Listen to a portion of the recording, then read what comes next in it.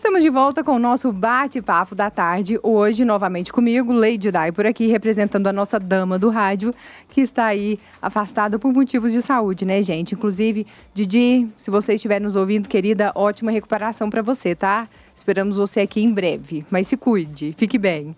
E hoje a gente tem uma visita, né, Pedrão? Mais do que especial no nosso estúdio, como de costume, a Didi recebe ele, o Eduardo Silva, advogado, aqui nos nossos estúdios, para esclarecer muitas coisas sobre questão de legalização de imóveis, né, questão de documentos. Muitas dúvidas, né, os nossos ouvintes têm, nós mesmos muitas vezes também temos dúvidas e o doutor Eduardo está aqui hoje para esclarecer boa parte dessas dúvidas. Ele é especialista em imóveis rurais também, urbanos, e agora também a gente vai esclarecer as dúvidas que você, tá aí do outro lado, tem. Aproveita para mandar para a gente no nosso WhatsApp. Tá? Manda aí que o Pedrão vai me ajudar, a gente vai filtrando as perguntas de vocês e vai fazendo aqui para o doutor Eduardo para esclarecendo também as dúvidas de vocês aí em casa. Doutor Eduardo, muito boa tarde, seja bem-vindo aos nossos estúdios. Boa tarde, Daiane. Prazer falar com você aqui. Prazer é meu, é uma satisfação estar aqui novamente, né? Para a gente levar informação jurídica para a nossa população, né? Boa tarde também ao Klender, boa tarde aos nossos ouvintes, né, da Rádio Minas FM. É bom estar com você. É um privilégio para mim. Eu falei, uma coisa bacana de representar a Didi aqui é poder conversar um pouquinho com os convidados dela, porque na 94 eu vejo só vocês chegando e indo, né? Sim, são estilos diferentes, sim, né? Apesar de que eu gosto mais desse estilo aqui, né? Que é aquele estilo de conversar mais e vários convidados, né? Mas são emissoras com estilos diferentes, né? Sim, a dinâmica é diferente. Aí você só fica observando a turma chegar. Só observo. E outra que quando eu estou aqui eu consigo sanar as minhas dúvidas também, então isso é muito bom. Esse programa jornalístico, né? Ele tem uma vantagem assim que a gente aprende coisas com os convidados, né? Verdade. Na televisão, quando eu trabalhava na televisão, eu recebia todos os dias convidados, era psicólogo, médico, dentista, advogado, e você aprende absurdo, né? É bom demais, né?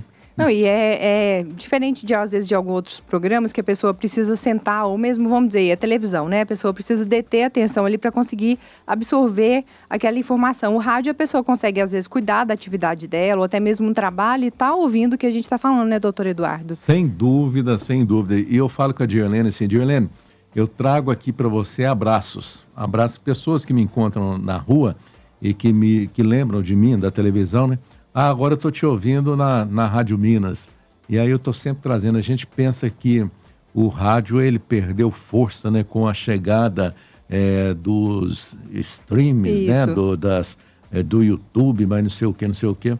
Mas o rádio continua muito forte. Verdade. E esperamos que continue cada vez mais forte. Sim, porque estamos aí para atendê-los e representá-los também. Começando com a pergunta de hoje, doutor Eduardo, tem uma bem interessante, olha só. Chegou essa pergunta aqui. Meu pai faleceu, não fizemos o inventário e isso tem 3 anos.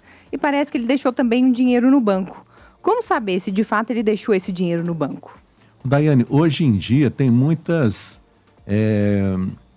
mitos, porque a lei ela vai melhorando com o passar do tempo. Às vezes uma lei que foi promulgada em 1990, hoje ela já não se enquadra mais nos dias de hoje. Então essa questão do inventário também evoluiu muito. Evoluiu de que maneira? Inventário antigamente só poderia ser feito através da justiça. Hoje pode ser feito através do cartório, desde que não haja desavença com a família. Então neste caso aí, o que acontece? A lei fala que toda família tem até 60 dias para abrir o inventário, porque senão ela vai pagar multa. E a multa ela é escalonada de acordo com o tempo que vai passando. Nossa. No caso de dinheiro em banco, o que vai acontecer? A pessoa ela pode ser nomeada inventariante através de uma escritura, de uma procuração feita através de escritura pública no tabelionato de notas, e ela vai ser nomeada, então, inventariante, o que poderá chegar nos bancos e fazer um levantamento do que está depositado lá no banco. Então, isso aí é falando em termos de inventário extrajudicial.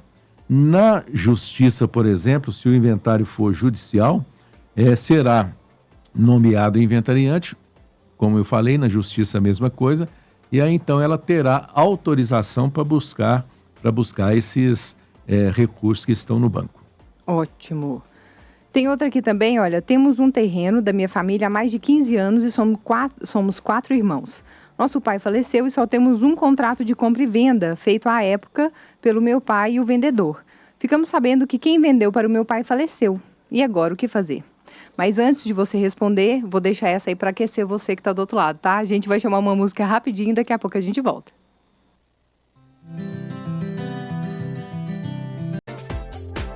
De volta com o nosso bate-papo da tarde. Agora sim, a gente vai te responder aquela perguntinha que eu deixei no último bloco para você ir meditando aí, porque quem sabe você também, do outro lado, não está vivendo uma situação parecida. Doutor Eduardo, a pergunta foi o seguinte: temos um terreno de uma família, da minha família, de há mais de 15 anos, somos 4 irmãos e o nosso pai faleceu. Porém, nós só temos um contrato de compra e venda feito à época pelo meu pai e o vendedor. Mas ficamos sabendo que quem vendeu esse terreno para o meu pai também faleceu. E agora, o que fazer? Conte-nos. Buscar um advogado, né? Porque é o típico caso que precisará de um advogado ou advogada, né? Eu, como um profissional do direito, eu procuro buscar a origem do imóvel. Existe um contrato de compra e venda entre o vendedor e este comprador. Os dois faleceram. E aí, então, eu pergunto o seguinte: este vendedor, o contrato que foi feito, ele foi feito do imóvel, mas antes, quem era o dono do imóvel? Porque se fosse o dono do imóvel, o vendedor, ele já faria direto no cartório. Ele não faria contrato de compra e venda. Sim. Porque geralmente quem faz contrato de compra e venda é porque o imóvel não está no nome dela. Ah, sim. Você entende? Então, aí o que acontece, né? A pessoa trouxe uma informação também de 15 anos, já pensando em uma uso capião. Tá tudo bem, é um caminho. Mas se o vendedor que faleceu, a família reconhece essa venda e se o imóvel estiver no nome dele, a própria família pode transferir para o comprador. Não tem como transferir, não achou o dono, não achou ninguém, então usa o capião. E aí é juntar a documentação da posse. Este contrato, embora 15 anos não precise de justo título, né? Mas é importante para comprovar a posse no imóvel. Certo. Pedrão, chegou pergunta aí também, não chegou, dos nossos ouvintes? Coloca aí pra gente.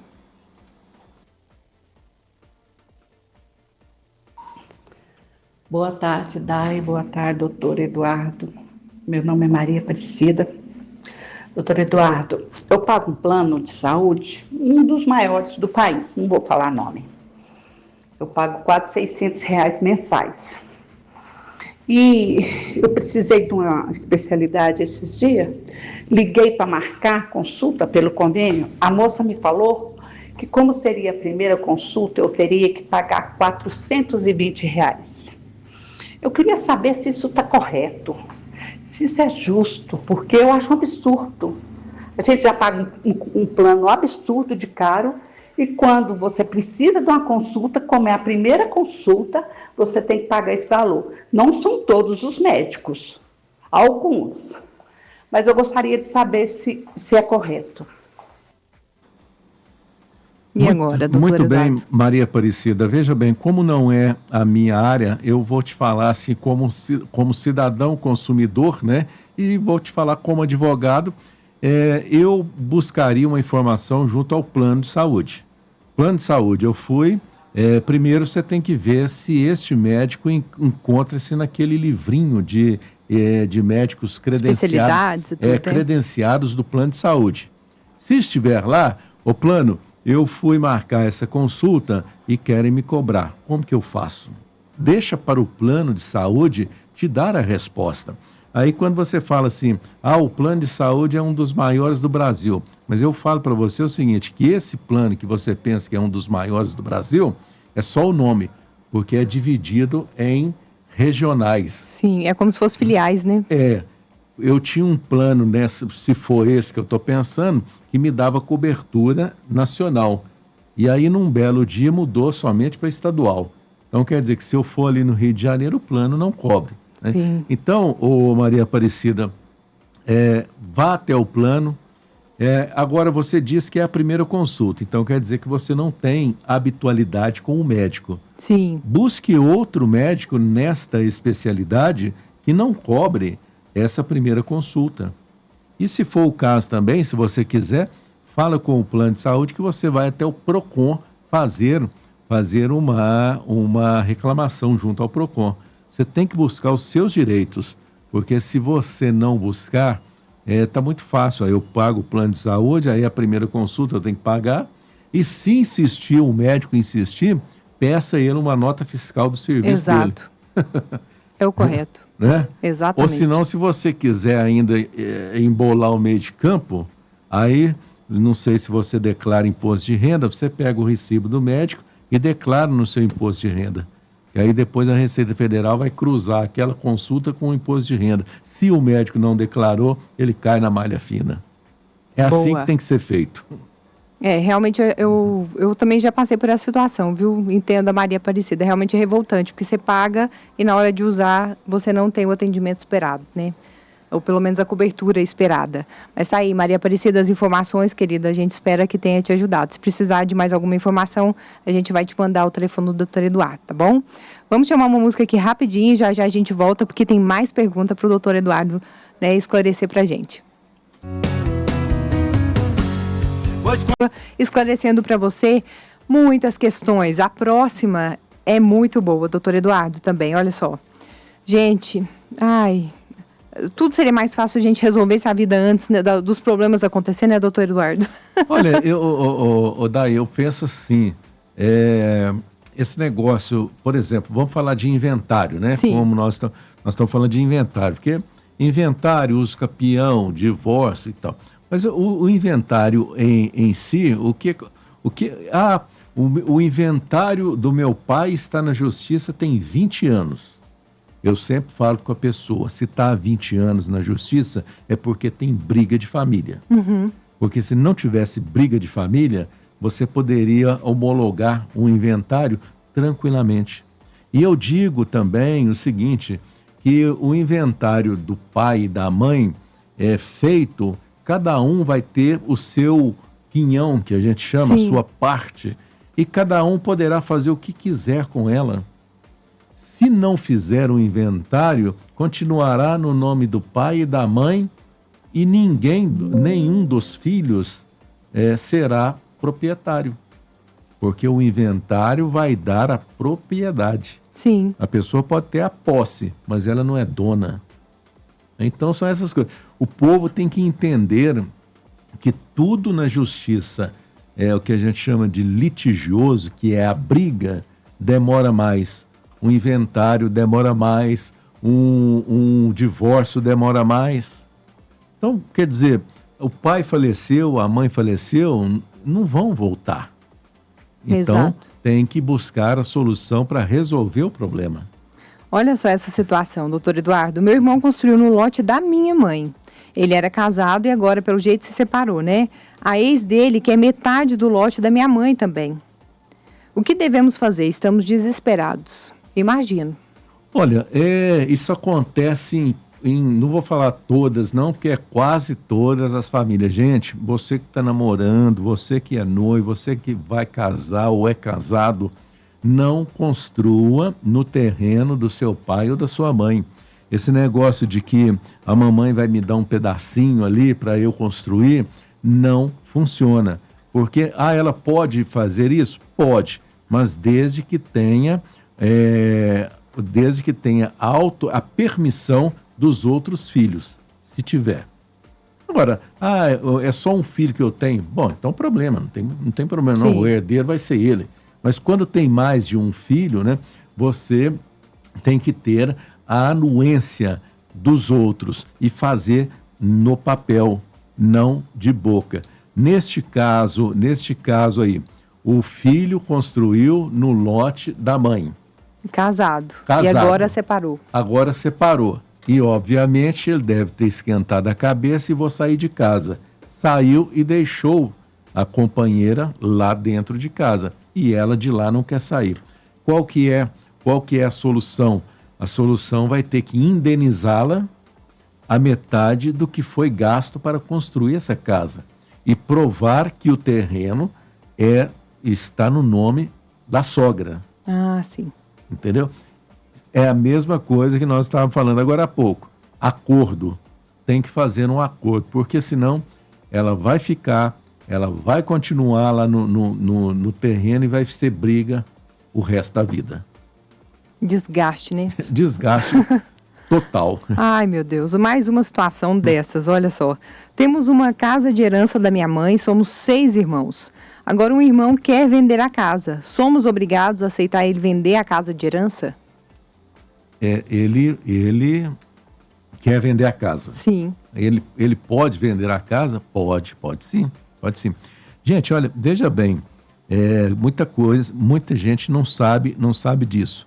Mas quando o imóvel ele é de herança, todos viram os donos. Eles são donos juntos, né? E também a lei não obriga ninguém a ficar presa em um imóvel, né, que está em comum com outras pessoas. Então, o que é feito? O que será feito nesse caso?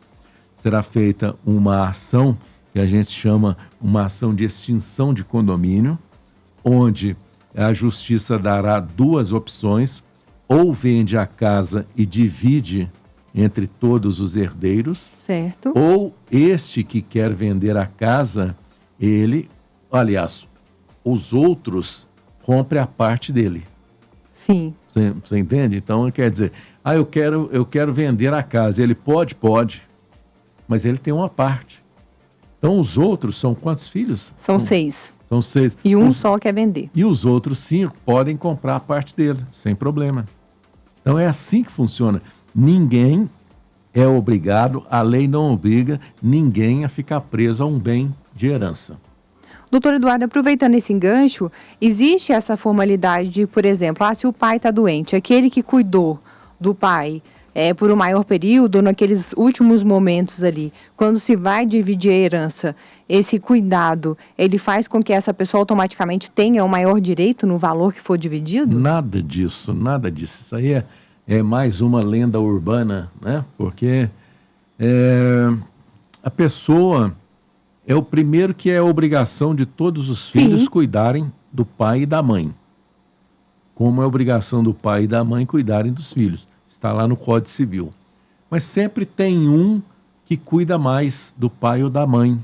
Mas não é porque ele cuidou mais do pai e da mãe que ele vai ter mais direito do que os outros. Porque o que ele deveria fazer, no caso, ele pode cuidar do pai e da mãe? Pode, perfeitamente. Mas ele pode também cobrar dos outros. Exato. Se vai ficar um final de semana com a mãe e com o pai, ele vai ficar, os outros são obrigados a pagá-lo, a pagar mesmo, no dinheiro. Um cuidador, por exemplo, vamos supor que cobre R$500 para ficar o final de semana, e ele se dispôs a ficar no final de semana, os demais irmãos têm que remunerá-lo. Olha, certo, Entendeu? corretíssimo. Não é que vai ter mais direito do que os... meu pai faleceu, como eu cuidava dele, eu vou ficar na casa. É aquilo que eu falei agora há pouco, né? Quando é um inventário, todos se tornarão donos. Certo, muito bom. Vamos chamar a música e daqui a pouquinho a gente volta para esclarecer mais dúvidas. Da tarde, hoje nós estamos falando com o doutor Eduardo Silva, especialista em legalização de imóveis. Para você que está nos acompanhando, está ouvindo aí de casa, mandou pergunta, agora é hora de você ouvir a resposta da sua dúvida, tá? Solta aí pra gente, Pedrão. Gente, para vocês, boa tarde, doutor Eduardo. Gostaria de saber, a minha amiga ficou viúva recente. O marido dela era aposentado da rede e tinha feito um empréstimo. ela tem que continuar pagando esse empréstimo ou não? Ela recebe o total da pensão? A pergunta dela é: eu sou obrigada a fazer inventário? O marido faleceu há 2 anos. Há 2 e ela anos. tem 2 filhos. 2 filhos. Sim, você é obrigada. A lei fala, né, o Código Civil fala que do falecimento da pessoa, os herdeiros têm 60 dias para abrir o inventário. Mas qual é a punição do Estado para quem não abre o inventário? Multa. A multa, ela é gradativa. O percentual aqui, Daiane, eu não vou especificar, porque é de acordo com a Secretaria de Fazenda do Estado de Minas Gerais. Sim. Porque cada estado tem a sua legislação. Então, Maria, você é obrigada a fazer o inventário, mas não tenha isso como se fosse um bicho de 7 cabeças, não tenha isso. É importante para você regularizar a situação do imóvel e colocar no seu nome e colocar no nome também dos 2 filhos. Inventário, ele vai regularizar a situação, inclusive até mesmo da propriedade. Porque, veja bem, Daiane, a pessoa com o inventário no nome da esposa e de 2 filhos. Se um filho quiser, às vezes, contrair um empréstimo para comprar um carro ou mesmo pagar uma faculdade, ele pode dizer que ele é dono de parte de um imóvel. Sim. Então, aquilo ali vai dar a ele a garantia para ele estar buscando algum crédito. É do imóvel inteiro? Não, é da parte que Corresponde a ele. Né? Então, é por isso que eu sempre falo com as pessoas assim, olha, seu filho vai para a faculdade, às vezes você tem que pagar, ou se for pública, tá tudo bem, mas mesmo assim você tem que pagar aluguel, você tem que pagar alimentação, e aí você não tem de onde tirar, mas você tem aquele patrimônio. Sim. Mas se não for feito o inventário, você não tem. Então é importante, Maria, fazer para regularizar, tá bom? Certinho. A gente vai de música agora e daqui a pouquinho a gente volta com o doutor Eduardo. De volta ao nosso bate-papo da tarde, você conferiu aí Kid Abelha com fixação e fixe bastante os seus ouvidos, aumente o volume do seu rádio para você sanar a sua dúvida junto com a gente aqui hoje e o doutor Eduardo Silva, advogado especialista em legalização de imóveis. E chegou uma pergunta bastante interessante, doutor Eduardo, que é a seguinte, a dona Joana perguntou, pergunta o doutor Eduardo se no inventário que constam 2 idosas, uma de 75 anos e a outra de 90, tem prioridade no decorrer do processo. Muito bem. Deixa eu só fazer um comentário a respeito dos idosos. Sim. Né? O Estatuto do Idoso, ele é de 2003. A lei exatamente, eu sei que ela é 10.000 e alguma coisa. Mas olha só que interessante, em 2003, o legislador, ele disse que idoso era acima de 60 anos. 2003. Só que passado 23 anos depois, você vê que uma pessoa de 60 anos está dando pirueta aí, dando cambalhota, né? Então, hoje, 75 anos, tem gente na academia, tem e tal. Tá vendendo saúde. Justamente, né? E aí, então, o que acontece? Os idosos têm preferência nos processos, né? Inclusive processo administrativo, numa prefeitura, em algum órgão público. Mas, e na justiça também, na vara civil, família. Mas, será que é cumprido? Na sua petição, né, que é a peça inaugural de todo o processo, você coloca lá prioridade, idoso. Só que não vira nada, não resolve absolutamente nada. Eu, por exemplo, quando eu vejo aqui uma senhora de 70 e 90 anos em um inventário, eu mudaria a pergunta. Será por que está demorando? Se não tem briga nenhuma, eu vou para o cartório. Eu, como advogado, eu vou fazer um inventário no cartório. Com 45 dias eu resolvo a parada, vamos dizer assim. Sim. Então, quer dizer, eu procuraria saber o que é que está demorando. Certo. 70, 90 anos. Ah, tem prioridade? Tem, mas só que tem milhões de processos. A lei fala que o idoso acima de 60 anos, ele tem prioridade. Mas se chegar um de 80, ele tem prioridade sobre os demais. Isso em fila de unidade de saúde em qualquer lugar, né? Mas no caso específico, o inventário, eu daria uma olhada para ver o que é que está acontecendo, que está demorando. Boa, excelente. Mais alguma informação, Pedro Klender? Mais alguma pergunta? Verifique para nós. Chegou uma? Então vamos lá. Doutor Eduardo, meus pais faleceram, somos 6 irmãos, um solteiro de 55 anos que mora na casa, que tem casa própria, mas não quer sair da casa dos meus pais para nós vendermos. Ele ameaça, inclusive, tirar a própria vida. O que fazer? Observação, ele não tem problema psicológico. Que situação, hein? Ainda bem que está ameaçando tirar a vida dele, né? Pior se ele estivesse ameaçando outras pessoas. Então, eu vejo assim, foi feito um inventário. Primeiro de tudo, né? Primeiro de tudo. A primeira coisa é fazer o inventário. Como nós falamos mais cedo, o inventário, todos se tornarão donos. Um quer vender, tudo bem, tá tudo bem. Ou os 4 compram a parte dele, ou o juiz determina a venda do imóvel e divide para 5. São 5 irmãos, né? Ela falou que são 6. São 6. Esse solteiro, que inclusive está na casa dos pais, tem casa própria.